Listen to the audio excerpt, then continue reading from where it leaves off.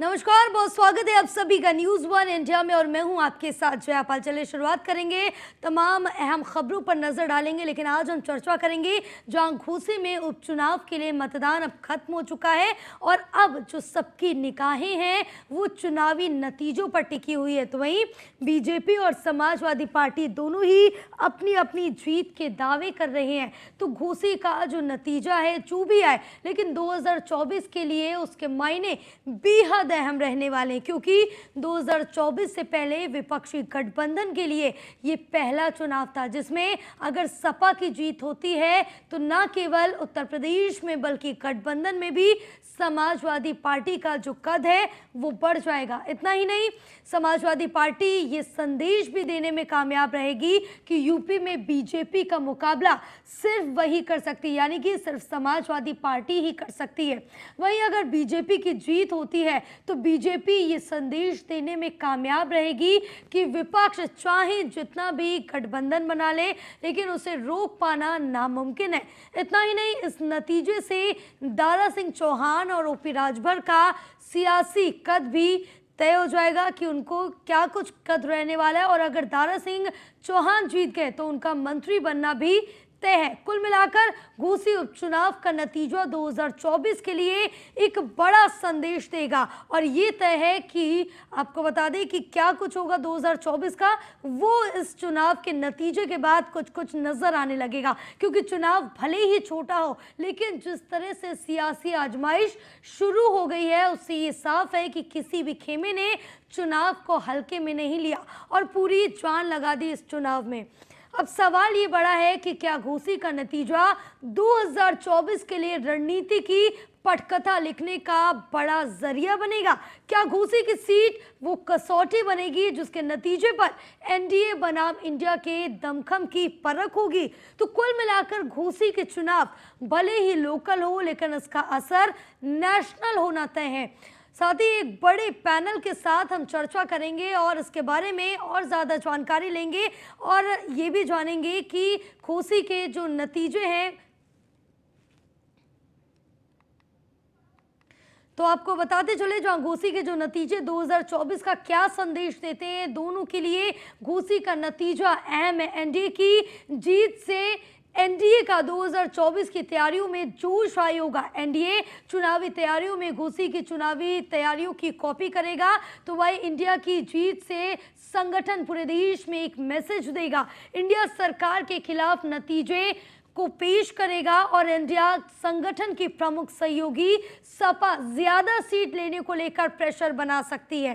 तो वहीं घोसी का नतीजा लोकल होने के बावजूद भी जो इसका असर होगा वो नेशनल देखने को मिलेगा। जो इसका असर अन्य गठबंधन पर पड़ेगा वो भी एक बड़े स्तर पर पड़ता हुआ नजर आएगा।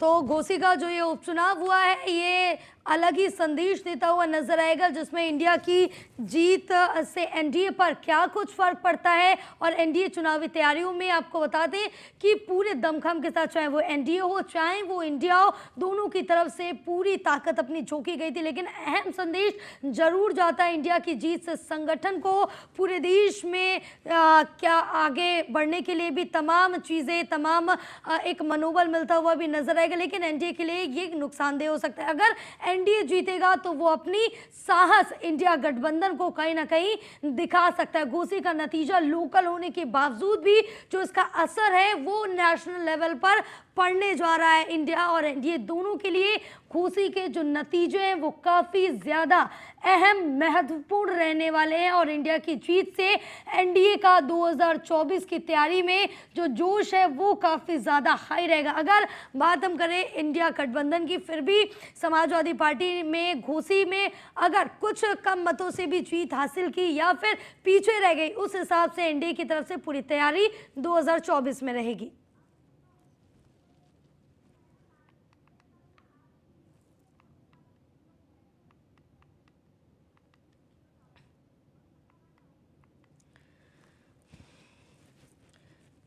तो तो इसी पर और ज़्यादा चर्चा करेंगे और ज़्यादा जानकारी लेंगे। हमारे साथ एक खास पैनल जुड़ा हुआ है। सबसे पहले बीजेपी नेता है मनोज पंडित जी और अशोक यादव जी हैं प्रवक्ता सपा के विक्रम राव हैं वरिष्ठ पत्रकार हमारे साथ जुड़े हुए हैं। तमाम जानकारी लेंगे। आप तीनों खास मेहमानों का बहुत स्वागत है न्यूज़ वन इंडिया में। सबसे पहले हम आएंगे राजनीतिक विशेषज्ञ के पास, वरिष्ठ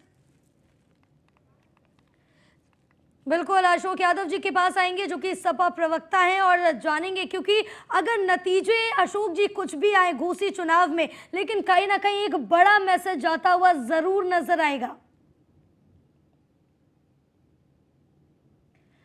अपने बातों से और अपने विचारधारा से पहले ही घोषित कर दिया है जनता वहां के नतीजे को। पूर्ण रूप से सुधाकर सिंह जी के साथ जो समाजवादी पार्टी के प्रत्याशी हैं उनके साथ नतीजा जा रहा है, इसमें कहीं कोई संशय नहीं है।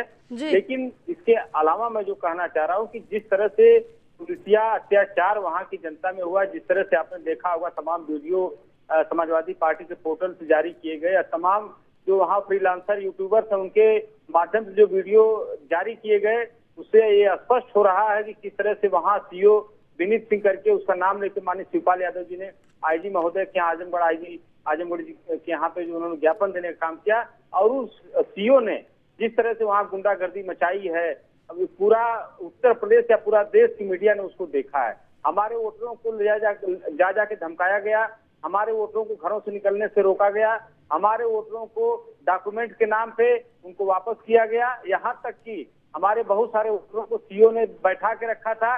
जब शिकायत हुई आईजी के यहाँ तो आईजी ने पूछा क्यों बैठा के रखे हो, तो उन्होंने कहा कि सर इनके खिलाफ शिकायत है। उन्होंने कहा उनको गाड़ी में बैठाओ, जाके पहले वोट डलवाओ, उसके बाद शिकायत का निस्तारण होगा। तो इस स्तर से जो है वहां पे पुलिसिया उत्पीड़न और प्रशासनिक उत्पीड़न किया गया। लेकिन इसके बाद भी समाजवादी पार्टी के हौसले बुलंद है और हमको पूरा उम्मीद है कि घोसी की जनता ये सब उत्पीड़न के बावजूद भी हमारे प्रत्याशी सुधाकर सिंह को जिताने जा रही है। चूंकि ये नतीजा ऐसा नतीजा है कि एक तरफ जो है घोसी की जनता ने ये डिसाइड किया कि एक तरफ दल बदलू है जो कि दारा सिंह चौहान जी के रूप में है, और उन्हीं के साथ उनके जो सरपरस्त है ओम प्रकाश राजभर, जिनको दल बदलू और गालीबाज दोनों की संज्ञा यहाँ पे क्षेत्र में दी जाती है कि वो जहाँ भी रहते हैं दूसरे पक्ष को गाली देने काम करते हैं, बहुत निम्न स्तरीय भाषा का इस्तेमाल करते हैं। तो बिल्कुल बिल्कुल बिल्कुल एक जवाब मनोज पंडित जी से भी ले लेते हैं जो कि बीजेपी नेता है। मनोज जी, क्योंकि अब जिस तरह से देखें कि यहाँ पर कई संज्ञाएं भी दारा सिंह जी को दी है, दारा सिंह को अशोक यादव जी ने, क्योंकि अब जिस तरह से देखिए जो घोसी का उपचुनाव है कहीं ना कहीं 2024 के टेस्ट की तरह देखा जा रहा है। जया जी, जैसे जी बताया अशोक यादव जी ने कि हम लोग चुनाव जीतने जा रहे हैं, बहुत भारी मतों से चुनाव जीतने जा रहे हैं, तो मुझे लगता है कि सपने देखने का अधिकार सबको है, सपने देख सकते हैं, इसमें कोई बात ही नहीं है। सपने देखने में तो रोक है नहीं किसी के भी पर लेकिन अब चूंकि अभी 8 तारीख को नतीजे आ जाएंगे तो पता चल जाएगा दूध का दूध पानी का पानी स्थिति है क्या। आप ये देखिए कि इन्हीं दारा सिंह चौहान को ये हाथ जोड़ जोड़ के अपनी पार्टी में लाए थे, और जिसमें स्वामी प्रसाद मौर्य, धर्म सिंह सैनी और कई सारे मंत्री जब जो है वहां गए थे। अब चूंकि उन्हें अपनी भूल का एहसास हुआ और उनको लगा कि घर वापसी होनी चाहिए, तो दारा सिंह चौहान फिर भारतीय जनता पार्टी ज्वाइन कर लिया उन्होंने। भारतीय जनता पार्टी के लोगों ने कहा कि अगर आपको पार्टी में आना है और चीजें रखनी है तो इस्तीफा दे के ही आएंगे। ये एक प्रक्रिया है कि आपने जिस पार्टी से चुनाव लड़ा वहां पर आपको इस्तीफा दे के ही तभी दूसरी पार्टी में आप आ सकते हैं। तो वो इस्तीफा देने का था। अब चुनाव बाई इलेक्शन हुआ है, अब जनता जानती है। देखो, जनता इस बात से मतलब नहीं कि दारा सिंह चौहान को टिकट दे या किसी और को। जनता फेस मानती है नरेंद्र मोदी जी को और उत्तर प्रदेश में योगी जी को कि वो भारतीय जनता पार्टी की नीति और नीयत से स्पष्ट हैं और खुश हैं। वो किसी को भी खड़ा करेंगे तो चुनाव जीत जाएगा वहां पे। तो ये कोई 2024 का इसको सेमीफाइनल माने या कुछ ऐसा माने, मुझे लगता नहीं उसकी आवश्यकता है। क्योंकि जिस तरह से तैयारी की गई है और उसको देखने से तो साफ तौर से लगता है चाहे बीजेपी हो चाहे समाजवादी पार्टी, दोनों ने अपनी पूरी ताकत झोंकी। लेकिन जल्दी जल्दी एक एक रिएक्शन हम अपने वरिष्ठ पत्रकारों से भी ले लेते हैं। के विक्रम जी भी हमारे साथ है। के विक्रम जी, घोसी उपचुनाव को लेकर आप किस तरह से देखते हैं? एक छोटी सी टिप्पणी। मेरा आंकलन ये है, पिछले अपने 60-70 साल के पत्रकारी अनुभव में, चुनाव अमूमन सरकारी पार्टी के खिलाफ जाता है। ये मेरा अनुभव रहा। टाइम्स ऑफ इंडिया में 11 राज्यों में रिपोर्टिंग की है। लेकिन अगर पोलिंग ज्यादा हुई तो ये शर्त लाजमी है, जरूरी है। अब 50% वोटिंग हुई है, इसके माने है कि समाजवादी पार्टी अपने पक्ष में वोट नहीं डलवा पाई है। अब भारतीय जनता पार्टी ज्यादा अभियान भी नहीं चला पाई है कि अधिक मतदान हो। ज्यादा वोटिंग हमेशा सरकार के खिलाफ जाता है। ये 1952 से सिद्धांत रहा है चुनाव का। तो दोनों पार्टी को सोचना पड़ेगा, जो 50% वोटिंग हुई है इसका नुकसान किसको होगा। मुझे लगता है ये नुकसान समाजवादी पार्टी को होगा। तो ज्यादा वोट होते तो उसकी जीत बड़ा स्पष्ट हो जाती, एक बात। दूसरा, भारतीय जनता पार्टी ने एक सिद्धांत तो पेश किया है कि जो दल बदलू है उसे इस्तीफा दिलवाया है। अगर वो दल बदलू इस्तीफा न देता तो बदनामी होती। तो ये तो एक सैद्धांतिकता की बात हो गई। भैया पार्टी छोड़ रहे, आप पद भी छोड़िए, ये बात दूसरा तर्क। तीसरा, मुझे लगता है यहाँ जो आपकी पिछड़े दलित वर्ग और पिछड़े वर्ग, क्या ये लोग समाजवादी पार्टी के साथ रहे। मुसलमानों की भी थोड़ी अरुचि पैदा हो गई है अखिलेश यादव के प्रति, ये भी एक फैक्टर है। तो इन सब का विश्लेषण करें हम लोग, देखें अगर। और फिर मायावती की भूमिका, कि मायावती बहुत मौसमी नेता है, वो मौसम का रुख पहचानती है। वो ऐन वक्त पे पलटी मारती है और हमेशा अपने को बचाने के लिए, भ्रष्टाचार के मुकदमों से बचने के लिए मायावती हमेशा सरकारी पार्टी के साथ रहती है, उनके खिलाफ नहीं जा सकती वो। तो अगर उसने दलितों को संदेशा भेज दिया है कि मोदी की पार्टी को, भाजपा को वोट देना है, तो पासा ही पलट जाता है। क्योंकि वहां के 60-65 हजार है दलित वोटर, और एक मुश्त इन लोगों ने अगर समाजवादी पार्टी के खिलाफ सरकारी पार्टी के पक्ष में वोट दिया तो माजरा बदल जाएगा। ये सारे विश्लेषण जया में रख रहा हूँ आपके सामने कि गौरतलब है, और कल तक तो परिणाम आ ही जाएगा। बिल्कुल, 2 दिन में परिणाम आ जाएंगे, उसके बाद तय हो जाएगा। और शनु आजमी जी भी हमारे साथ है। आजमी जी, जिस तरह से देखिए आप घोसी उपचुनाव को लेकर दोनों ही पार्टियों ने अपनी पूरी ताकत झोंकी है, नतीजे बहरहाल कुछ भी हो, लेकिन एक तरह से इसको हम 2024 का लिटमस टेस्ट भी कह सकते हैं। हाँ, ये बात सही है कि ये जो चुनाव हुआ, चुनाव में पहले तो एक स्थानीय बाहरी का भी मुद्दा चला, क्योंकि समाजवादी पार्टी के उम्मीदवार सुधाकर सिंह स्थानीय है और दारा सिंह चौहान चूंकि पड़ोसी जनपद के हैं, लेकिन यहाँ से सांसद भी रहे, बगल की विधानसभा सीट मधुबन से विधायक रहे, मंत्री रहे। तो स्थानीय और बाहरी का कोई बहुत मामला नहीं चला। लास्ट चुनाव चला है वो पूरी तरह से एनडीए बना इंडिया का चला चुनाव, और लेकिन अंतिम दम तक समाजवादी पार्टी के उम्मीदवार सुधाकर सिंह स्थानीय होने का दावा भुनाते रहे। जी।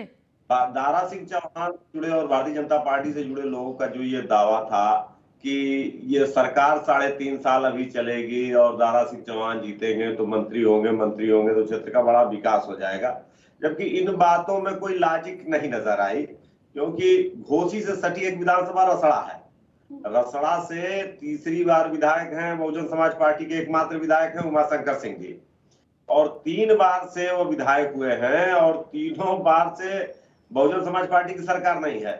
लेकिन मुझे लगता है कि अगल बगल जो भी अब कई जनपद देखते हैं और खासतौर से रसड़ा विधानसभा में जो विकास हुआ है, वो विकास अगल बगल की किसी विधानसभा में उतना नहीं दिखता है। इस लॉजिक में कोई दम नहीं रहा है।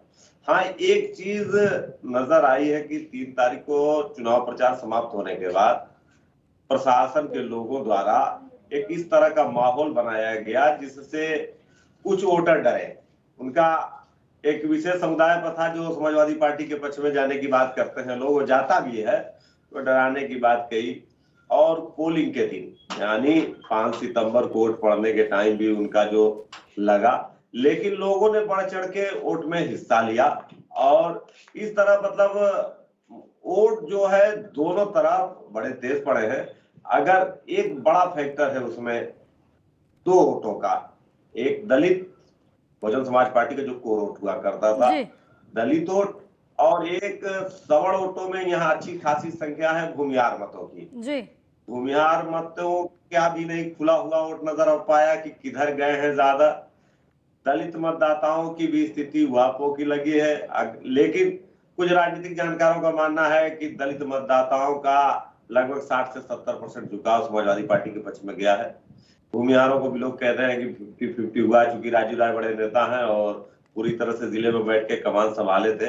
अगर हमें लगता है कि वो भूमिहार मतदाता और दलित मतदाता अगर 50% से ऊपर समाजवादी पार्टी के खेमे में जाते हैं तो समाजवादी पार्टी की सीट यहाँ से निकल सकती है। बिल्कुल, कहीं ना कहीं एक दलित जो वोट बैंक है कहीं ना कहीं ये बहुत ही ज़्यादा महत्वपूर्ण रखता है घोसी में। लेकिन अशोक जी, इससे पहले भी आपने एक चीज़ बोली थी कि जिस तरह से दारा सिंह चौहान जब बीजेपी में शामिल हो गए, क्योंकि बीजेपी से भी वो समाजवादी पार्टी में आए थे और वापस वो बीजेपी में चले गए, लेकिन इस बीच आपने ये बोला कि वो भगोड़े दल बदरू है, लेकिन उस समय आपने नहीं बोला था जब वो सपा में वापस आए थे और घोसी का ये चुनाव जीता था। अब जब उन्होंने इस्तीफा दे दिया, दोबारा बीजेपी में शामिल हो गए, तो इस तरह के बयान सामने आते हैं।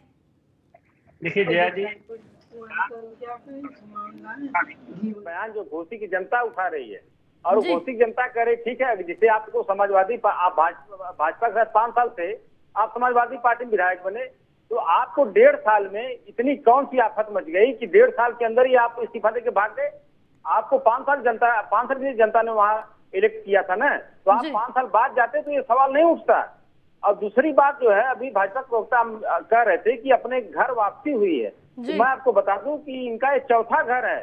तो असली वाला घर इनका कौन सा? दारा सिंह चौहान का। इन्होंने बसपा में गए, फिर कांग्रेस में थे, फिर भाजपा में थे, फिर सपा में थे, फिर भाजपा में। चलिए अशोक जी, इसका जवाब हम मनोज जी से ले लेते हैं। मनोज जी, क्या कुछ कहना चाहेंगे इस पर? जया जी, अब 5 साल रुकते तब जाते तो खुश होते, कोई बात नहीं भाई, 5 साल तो थे समाजवादी पार्टी में। अरे आप ये बताइए अशोक यादव जी, उन्होंने इस्तीफा दिया, जो आपकी पार्टी से विधायक बने तो विधायक बनने के बाद इस्तीफा दिया, इस्तीफा के बाद दोबारा चुनाव होगा और चुनाव के बाद जो जीतेंगे तब भारतीय जनता पार्टी में मंत्री बनेंगे। तो मेरा मानना ये है कि मनोज जी, जब उनको वापस बीजेपी में आना ही था, जब मनोज जी जब उनको वापस बीजेपी में आना ही था दारा सिंह को, तो वापस वो सपा में गए क्यों? ये भी कई बड़े सवाल उठ रहे हैं जी। आप ये देखिए कि ये जब एक परिस्थितियां, एक ऐसा माहौल स्वामी प्रसाद मौर्य ने क्रिएट किया, बनाया कि ये हो जाएगा और वो हो जाएगा और लोगों को भरमा के ले गए, भगा भगा के सबको। अब दारा सिंह चौहान जी भी लगे हुए हैं और सारे लोग भी लगे हुए हैं आने में। तो मेरा मानना यह है कि अब राजनीतिक दलों में जहां आदमी अपना भविष्य सुरक्षित समझता है और जहां ये समझता है कि भाई मेरी बात चल पाएगी, वहां उसी दल में जाना चाहता। मनोज जी, यानी कि जो नेता मंत्री होते हैं सबसे पहले अपने भविष्य की सोचते हैं, उसके बाद आम जनता की सोचेंगे, क्योंकि 5 साल के लिए जनता चुन के लाई थी ना आपको, आपने तो उससे पहले ही धोखा दे दिया। नहीं, धोखा कहाँ दिया? आप बताइए, जनता चुना नहीं, आपने ये बात कही ना कि अपना जहां भविष्य सुरक्षित होगा उसी पार्टी में जाएंगे। आपकी तरफ से कहा गया जहां अपना भविष्य सुरक्षित होगा उस पार्टी में जाएंगे, यानी कि पहले नेता अपना भविष्य सुरक्षित करेंगे, बाद में आम जनता को देखेंगे। देखिए जया जी, ये स्वाभाविक है, ये प्रकृति का नियम है कि सबसे पहले व्यक्ति अपनी जान बचाता है, अपनी चीजें बचाता है, और जब अपनी बचती है तो फिर आगे की बात करता है। इसमें कोई बुराई नहीं है, पर लेकिन मेरा मानना यह है कि अगर ये चीजें, तब तो ये एलिगेशन लगाते कि भाई वो सीधे चले गए और इस्तीफा नहीं दिया उन्होंने विधानसभा से। अब चूंकि वो इस्तीफा दे चुके हैं और दोबारा चुनाव भी हो चुका है, अब जनता का जो भी नतीजा, लेकिन फिलहाल देखना ये होगा कि चुनाव हो चुके हैं, मतदान सही से हो चुके, अब जो इंतजार है वो नतीजों का है और नतीजे क्या कुछ आते हैं, क्योंकि कहीं ना कहीं 2024 पे इम्पैक्ट जरूर डालेंगे। फिलहाल आप चारों खास मेहमानों का बहुत शुक्रिया हमारे साथ तमाम चर्चा करने के लिए, और इस बुलेटिन में बस इतना ही। मुझे दीजिए इजाजत, आप देखते रहिए न्यूज़ 1 इंडिया। नमस्कार।